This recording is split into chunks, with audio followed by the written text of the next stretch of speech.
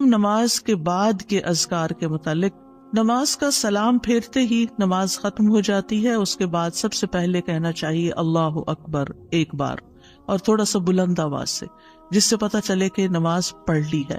اللہ اکبر.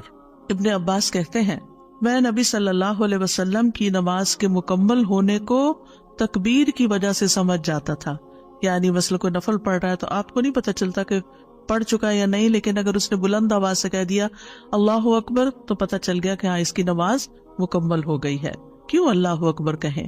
کہ اللہ ہر چیز سے بڑا. آپ دیکھیں ہم نے نماز کا آغاز کس سے کیا تھا؟ اللہ اکبر سے کیا تھا، اور نماز میں کئی بار ہم نے اللہ اکبر کہا، اور اب نماز کے اختتام پر بھی اللہ اکبر، رمضان کے اختتام پر بھی اللہ اکبر، یعنی اللہ کی تکبیر بیان کرنا. اللہ سبحانہ وتعالیٰ قرآن مجید میں فرماتے ہیں اُتْلُ مَا أُوحِيَ إِلَيْكَ مِنَ الْكِتَابِ وَأَقِمِ الصَّلَاةَ إِنَّ الصَّلَاةَ تَنْهَىٰ عَنِ الْفَحْشَاءِ وَالْمُنكَرِ وَلَذِكْرُ اللَّهِ أَكْبَرُ وَاللَّهُ يَعْلَمُ مَا تَصْنَعُونَ. کتاب میں سے جو آپ کی طرف وحی کیا گیا ہے اس کی تلاوت کیجیے اور نماز قائم کیجیے. بے شک نماز بے حیائی اور برائی سے روکتی ہے، اور یقیناً اللہ کا ذکر تو سب سے بڑی چیز ہے، اور اللہ کو معلوم ہے جو کچھ تم کرتے ہو. تو اللہ کا ذکر سب سے بڑی چیز، اور اس ذکر میں اللہ کو سب سے بڑا قرار دینا سب سے بڑی چیز. اور نبی صلی اللہ علیہ وسلم اور پھر صحابہ کا طریقہ بھی یہی تھا کہ آپ فرض نمازوں کے بعد ذکر کرتے اور آوازیں بلند کرتے. یعنی نماز کے بعد کا ذکر جو ہے اس میں آواز اونچی ہوتی ہے. ابن عباس اس بات سے معلوم کر لیتے کہ لوگوں نے سلام پھیر لیا ہے کیونکہ وہ ان کے ذکر کی آواز سنتے تھے. یعنی مطلب یہ ہے کہ نماز کے بعد اللہ اکبر بھی اونچی آواز میں، استغفر اللہ استغفر اللہ استغفر اللہ یہ بھی ذرا اونچی آواز میں. یعنی ایک ہوتا ہے سری ذکر، یعنی دل ہی دل میں پکارنا، اور ایک ہوتا ہے جاہری، جس میں یہ ذکر جو نماز کے بعد ہوتا ہے اس کو تھوڑا اونچی آواز میں کرنا چاہیے. اور جس طرح وتر ختم ہونے کے بعد سبحان الملک القدوس سبحان الملک القدوس سبحان الملک القدوس ذرا اونچی آواز میں کہنا چاہیے. تو نبی صلی اللہ علیہ وسلم اس ذکر کو ہمیشہ اونچی آواز میں کرتے تھے. ٹھیک ہے، یعنی آپ کی اقتداء، آپ کی پیروی ہر معاملے میں یہ عبادت کے درجات کو بڑھا دیتی ہے. اور اس میں ہم یہ بھی دیکھتے ہیں کہ صحابہ کرام جو تھے وہ نبی صلی اللہ علیہ وسلم کی صرف سنت کو نہیں، سیرت کو بھی آگے بیان کرتے تھے کہ آپ نے کوئی کام کیا اور کس طریقے سے کیا. مثلا ذکر کیا اور کس طرح کیا، بلند آواز سے کیا یا آہستہ آواز سے کیا، بیٹھ کر کیا یا کھڑے ہو کر کیا. اور پھر آپ دیکھیے کہ نماز کے بعد اذکار جو ہیں وہ زیادہ پسندیدہ ہیں، یعنی دعاؤں کی نسبت زیادہ اذکار. ٹھیک ہے، اور پھر اسی طرح آپ دیکھیے کہ دوسرا ذکر جو آپ کریں گے وہ ہے استغفر اللہ 3 بار، استغفر اللہ استغفر اللہ. صوبان کہتے ہیں رسول اللہ صلی اللہ علیہ وسلم جب اپنی نماز سے فارغ ہوتے تھے تو 3 مرتبہ استغفار فرماتے تھے، 3 بار استغفار کرتے. ولید کہتے ہیں میں نے اوزائی سے پوچھا آپ استغفار کس طرح فرمایا کرتے تھے؟ تو انہوں نے کہا آپ فرماتے تھے استغفر اللہ استغفر اللہ. اب نماز پڑھ لی ہے، استغفر اللہ کیوں؟ اس لیے کہ ہم تو نماز کا حق بھی ادا نہیں کرتے. ہمارا دھیان کہاں سے کہاں چلا جاتا ہے، ہم کئی دفعہ بھول جاتے ہیں، ہمیں سجدہ سہو کرنا تک یاد نہیں رہتا، ہمیں کچھ پتہ نہیں ہوتا ہم نے کون سی سورت پڑھی، کیا تلاوت کی. ہو سکتا ہے تلاوت میں کوئی غلطی کر دیں، ہو سکتا ہے کہ تسبیح کی جگہ کچھ اور پڑھ دیں بھول چوک کے. تو ہم نماز کے اندر بھی بہت کچھ غلط کرتے رہتے ہیں جانے انجانے. اور خاص طور پر جن لوگوں نے اپنی نماز کے پروننسیشن کی اصلاح نہیں کی وہ تو کچھ سے کچھ پڑھتے رہتے ہیں بعض اوقات. یعنی پروننسیشن صحیح نہ ہونا جو ہے وہ الفاظ کے مطلب کو ہی بدل دیتا ہے. اس لیے پہلی پرائرٹی میں کوئی ایسا ٹیچر ڈھونڈیے کہ جو آپ کی نماز سن کے اس کا پروننسیشن آپ کو ٹھیک کر دے. بہرحال نماز کے بعد استغفر اللہ استغفر اللہ. اور ایک اور چیز، نماز پڑھنے کے بعد انسان کو ایک فیلنگ ہوتی ہے کہ میں نے کچھ کیا ہے، لیکن جب انسان استغفر اللہ کہتا ہے تو اس میں عاجزی کا اظہار ہوتا ہے کہ اللہ تیرا حق ادا نہیں کیا، مجھے ابھی بھی گناہوں کی بخشش کی ضرورت ہے. اور آپ دیکھیے کہ یہ الفاظ نبی صلی اللہ علیہ وسلم ادا کرتے تھے جن کے اگلے پچھلے سارے گناہ معاف کر دیے گئے تھے. تو جو شخص نماز کے بعد استغفار پڑھتا ہے وہ اپنی نمازوں پر کبھی فخر غرور تکبر نہیں کر سکتا کہ میں بڑا نمازی ہوں، میں بڑا پرہیزگار ہوں، میں بڑا عبادت گزار ہوں. نہیں، وہ یہ دیکھے گا کہ میں نے حق ادا نہیں کیا، میرے سے جو کمی کوتاہی ہوئی ہے اللہ تعالیٰ اس کو معاف کر دے. جو چیز مکمل طور پر ادا کرنی چاہیے تھی اس کو اس طرح نہیں ادا کیا، کچھ نہ کچھ کوتاہی واقع ہو گئی، تو اس بخشش کے طلب کرنے سے اللہ تعالیٰ کوتاہی سے درگزر فرما دے گا انشاءاللہ.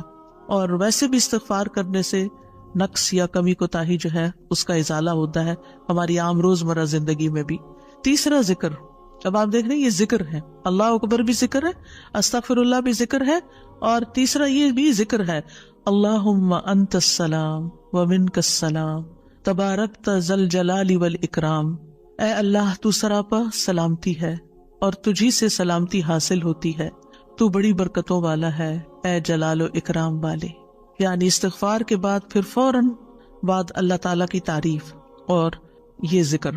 السلام جو ہے یہ اللہ تعالیٰ کے ناموں میں سے ایک نام ہے، جس کا مطلب یہ ہے کہ اللہ تعالیٰ ہر طرح کی آفات سے، عیبوں سے، ہر طرح کے نقص سے سلامت ہے. کوئی چیز اس کو نقصان نہیں دے سکتی، نہ لوگوں کی باتیں جو اللہ تعالیٰ کے خلاف کرتے ہیں، یا لوگوں کے گمان، یا لوگوں کی نافرمانیاں اور گناہ اور عبادت نہ کرنا، اللہ کا حکم نہ ماننا. اللہ تعالیٰ کو کوئی چیز نقصان نہیں دیتی، وہ سلامت ہے، اس کو کسی کی ضرورت ہی نہیں ہے. یہ جو کچھ ہم کرتے ہیں، ذکر ہو، عبادت ہو، یہ اپنے ہی فائدے کے لیے کرتے ہیں، اللہ تعالیٰ پر کچھ احسان نہیں ہے. تو ہم یہ کہتے ہیں اللہم انت السلام، کہ اللہ تعالیٰ آپ سراسر سلامتی ہیں اور آپ کا ہر فعل جو ہے وہ ظلم سے سلامت ہے، پاک ہے، ہر شر سے پاک ہے. آپ کی تقدیر، آپ کے فیصلے، ہر چیز سلامتی پر مبنی ہے. ومنک السلام، سلامتی تیری ہی طرف سے آتی ہے، یعنی تو ہی سلامتی دیتا ہے یا تو ہی سلامتی کو روک لیتا ہے. سلامتی کا مالک بھی تو ہی ہے، تو سلامت رکھے تو ہم سلامت ہیں. تو یہ تعلق اللہ تعالیٰ سے انسان اپنا ظاہر کرتا ہے، انسان اپنے رب کے بارے میں کیا سمجھتا ہے. تبارکتا، تبارکتا کا لفظ برکت سے ہے، جس کا مطلب ہوتا ہے کثرت سے کسی چیز کا بڑھنا اور قائم رہنا، یعنی تیری خیرات و برکات بہت زیادہ ہیں. ذل جلال والاکرام، اے عزت اور جلال والے. جلال کا مطلب ہے عظمت، بڑائی، اور اکرام کا مطلب ہے احسان. یعنی تو اپنے بندوں کو عزت و اکرام دیتا ہے، اپنے رسولوں کو، اپنے انبیاء کو اور اپنے صالح بندوں کو تو ہی عزت اور اکرام اور برکتیں عطا کرتا ہے. ساری نعمتیں تیری ہی طرف سے ہیں. اور یہ کتنا خوبصورت ذکر ہے جو ہم ہر نماز کے بعد کرتے ہیں، یا جو نہیں کر رہے انہیں لازماً کرنا چاہیے، کہ اللہ سبحانہ و تعالیٰ سے ہم اپنے اچھے گمان کا اظہار کرتے ہیں اور ایک طرح سے انڈائریکٹلی سلامتی اور برکت طلب بھی کرتے ہیں. آپ دیکھیے عموماً ہم جب کسی چیز کے اندر فائدہ دیکھتے ہیں تو ہم خیر اس سے وابستہ کر لیتے ہیں، یہ ہے تو کام ہوگا، یہ نہیں تو کام ہی نہیں ہوگا. مثلاً آپ کوئی قلم خریدتے ہیں اور اس سے لکھنا شروع کرتے ہیں اور آپ کو اچھا لگتا ہے، یا آپ اس سے جو لکھنا چاہتے تھے آرٹیکل یا کوئی چیز یا نوٹس اپنے تو بڑے اچھے لکھ پاتے ہیں، تو آپ کہنے لگتے ہیں یہ قلم بڑا مبارک ہے. ٹھیک ہے بھائی، قلم اچھا ہے، فائدہ دے رہا ہے آپ کو، لیکن اصل تو اللہ نے آپ کے لیے یہ وسیلہ بنایا کہ اس نے آپ تک یہ پہنچایا. تو اصل برکت اور خیر اور سلامتی کا منبع اللہ رب العزت کی ذات ہے. چیزوں کے ساتھ مت چمٹ جائیے اور ان پر اتنے ڈیپینڈنٹ نہ ہو جائے کہ اللہ کو بھول جائیں اور اللہ تعالیٰ کی نعمت اور اللہ تعالیٰ کا احسان یاد نہ کریں. تو اس لیے ہر نماز کے بعد ہم اس بات کا اقرار کرتے ہیں کہ ساری برکتیں تیری ذات سے ہیں یا رب، ساری سلامتی تیری طرف سے ہے یا رب، عزت اور اکرام تیری ہی طرف سے ہے یا رب، تو ہی جس کو چاہے اس پر احسان فرماتا ہے، لہٰذا ہم یہ سب کچھ تجھ سے ہی طلب کرتے ہیں. پھر آپ دیکھیے چوتھا ذکر ہے لا الہ الا اللہ وحدہ لا شریک لہ لہ الملک و لہ الحمد وہو علی کل شیء قدیر. یہ بھی آپ 3 بار پڑھ سکتے ہیں، یہ بھی ذکر ہے، یعنی 3 مرتبہ اللہ تعالیٰ کی توحید کا اقرار. مغیرہ بن شعبہ جو وحی کے کاتب تھے ان سے مروی ہے کہ معاویہ رضی اللہ عنہ نے مغیرہ کو لکھا کہ کوئی حدیث جو آپ نے رسول اللہ صلی اللہ علیہ وسلم سے سنی ہو وہ مجھے لکھ کر بھیجیں. راوی کہتے ہیں کہ مغیرہ رضی اللہ عنہ نے انہیں لکھا کہ میں نے آپ صلی اللہ علیہ وسلم سے سنا ہے آپ اپنی نماز سے فارغ ہونے کے بعد 3 مرتبہ یہ پڑھا کرتے تھے لا الہ الا اللہ وحدہ لا شریک لہ لہ الملک ولہ الحمد وہو علی کل شیء قدیر۔ سب سے پہلے توحید کا اقرار کہ اللہ ایک ہے، وہی الہ ہے، وہی خالق ہے، مالک ہے، رب ہے، معبود ہے۔ پھر اس بات کا انکار کہ کوئی اس کا شریک ہو، لا شریک لہ، اور پھر لہ الملک، بادشاہت بھی اسی کی ہے، معبود بھی وہی ہے، بادشاہ بھی وہی ہے، اور ایسا بادشاہ ہے وَلَهُ الْحَمْدُ کہ اس کی تعریف ہے۔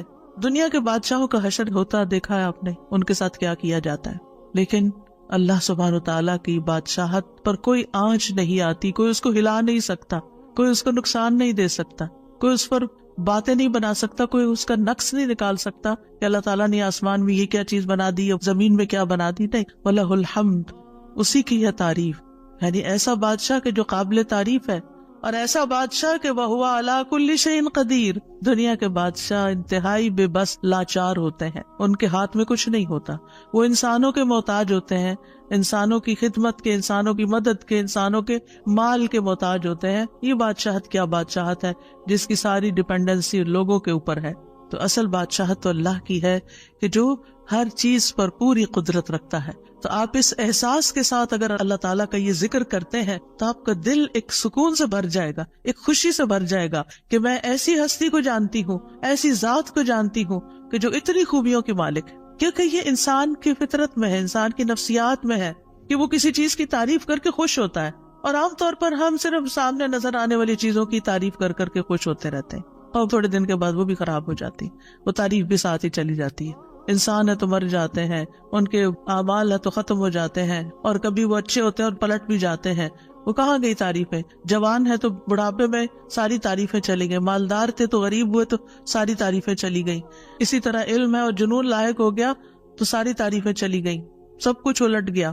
اور دنیا کے یہ سارے نظارے آپ نے دیکھے ہوں گے کہ جب ہر نعمت لوگوں پر الٹ جاتی، اسی لیے ہم دعا کرتے ہیں نا کہ اللہ وانی اعوذ بک من زوال نعمتک، کہ اللہ نعمتوں کے زوال سے بچانا، یہ انتہائی تکلیف دہ چیز ہے، لیکن یہ ایک دنیا کا قانون ہے، یہ سب کچھ ہوتا ہے اور ہماری آنکھیں دیکھتی ہیں، لیکن اللہ سبحانہ وتعالی ان سب چیزوں سے پاک ہے، اس کو کوئی زوال نہیں اور اس کا کوئی کچھ بگاڑ نہیں سکتا، اور وہ ہر چیز پر پوری طرح قادر ہے، جو چاہے کر سکتا ہے، اور تعریف اسی کے لیے ہے۔ پانچواں ذکر، لا الہ الا اللہ وحدہ لا شریک لہ لہ الملک ولہ الحمد وہو علی کل شیء قدیر، اللہم لا مانع لما اعطیت ولا معطی لما منعت ولا ينفع ذا الجد منک الجد۔ اللہ کے سوا کوئی الہ نہیں، وہ اکیلا ہے، اس کا کوئی شریک نہیں، بادشاہت اسی کی ہے اور تمام تعریف اسی کے لیے ہے، اور وہ ہر چیز پر پوری طرح قدرت رکھنے والا ہے۔ اے اللہ، جو کچھ تو نے دیا ہے اسے کوئی روکنے والا نہیں، اور جو کچھ تو نے روک دیا اسے کوئی دینے والا نہیں، اور کسی مالدار کو تیری بارگاہ میں اس کا مال نفع نہیں پہنچا سکتا۔ ابتدا میں تو وہی اللہ کی توحید بیان ہوئی، اس کی بادشاہت اور اس کی حمد کا ذکر ہے اور اس کی قدرت کا ذکر ہے، اور اس کے بعد کہ جو اللہ نے دیا، جو وہ دینا چاہتا ہے اسے کوئی روک نہیں سکتا۔ یہاں بھی آپ دیکھیں، مانگ کچھ نہیں رہی، یہ ذکر ہے، یہ دعا نہیں، یہ کیا ہے؟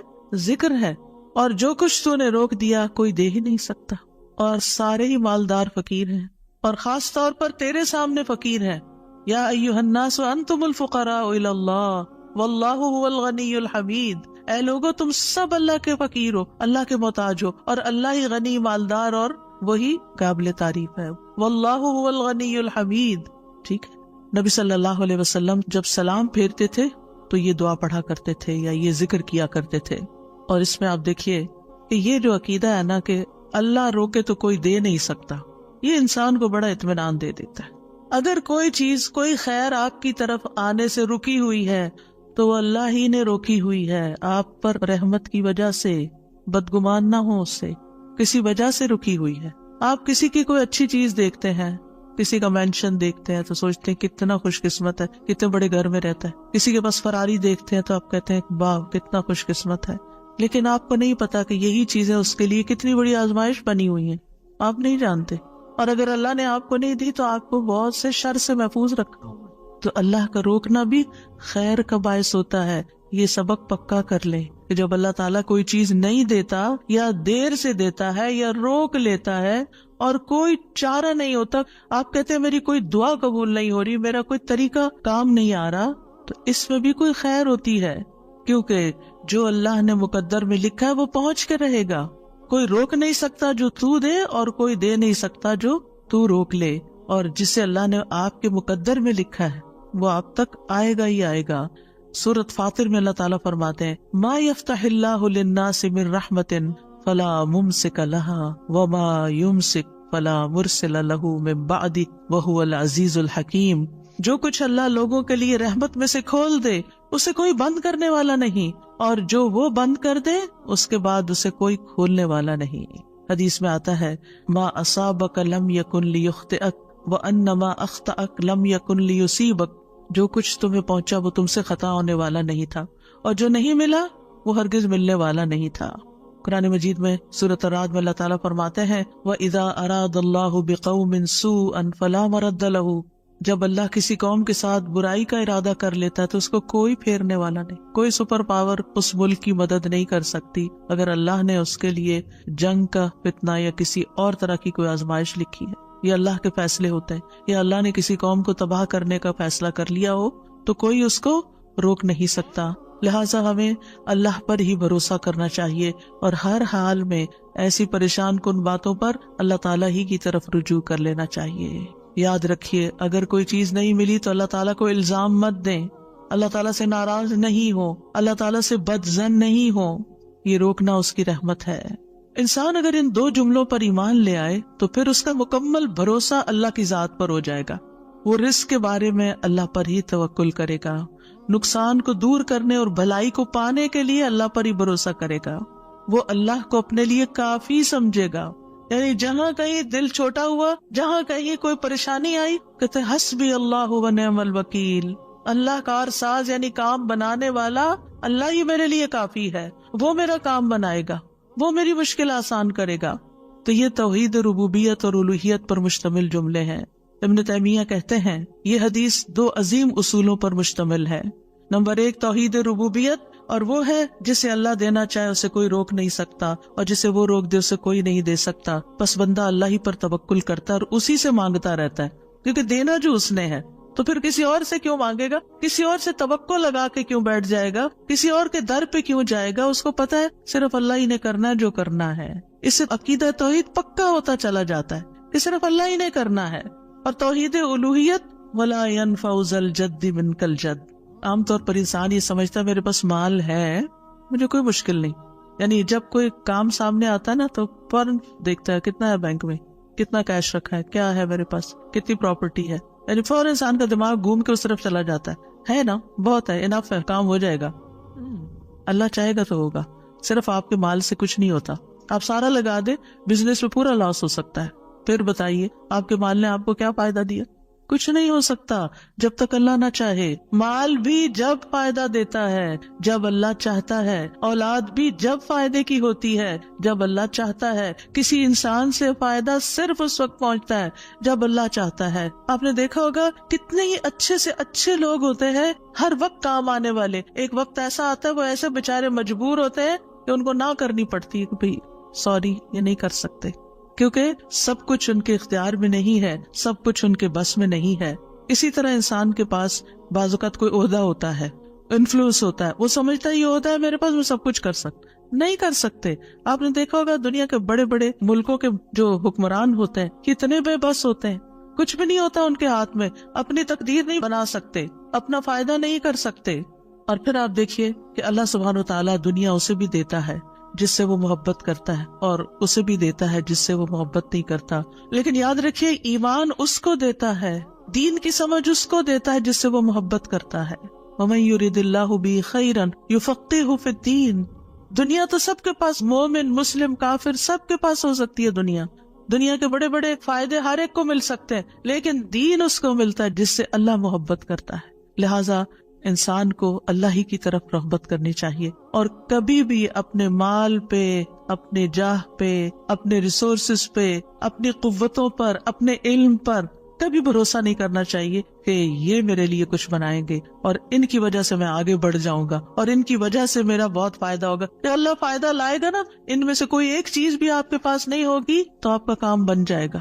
اور اگر فائدہ نہیں دینا نا اللہ نے ان ساری چیزوں کے ہوتے ہوئے، کئی دفعہ لوگ کہتے ہیں ہر چیز ہے میرے پاس لیکن پھر بھی میرا یہ مسئلہ حل نہیں ہوتا، معلوم نہیں کیوں رکاوٹ آ گئی. اور پھر وہ غلط سوچنا شروع کر دیتے ہیں، فلاں کی بندش ہے، فلاں کی نظر ہے، فلاں نے یہ کر دیا. نہیں، نفع اور نقصان دونوں اللہ کے ہاتھ میں. نہ کسی کی نظر آپ کو نقصان دے سکتی ہے، نہ کسی کا جادو آپ کو نقصان دے سکتا ہے، نہ کسی کا حسد آپ کو نقصان دے سکتا ہے اگر اللہ نہ چاہے. لہٰذا اسی سے دعا کرتے رہیں اور جو پروٹیکشن کی دعائیں اس نے سکھائی ہیں وہ پڑھتے رہیں اور باقی بھروسہ اللہ کی ذات پر کریں.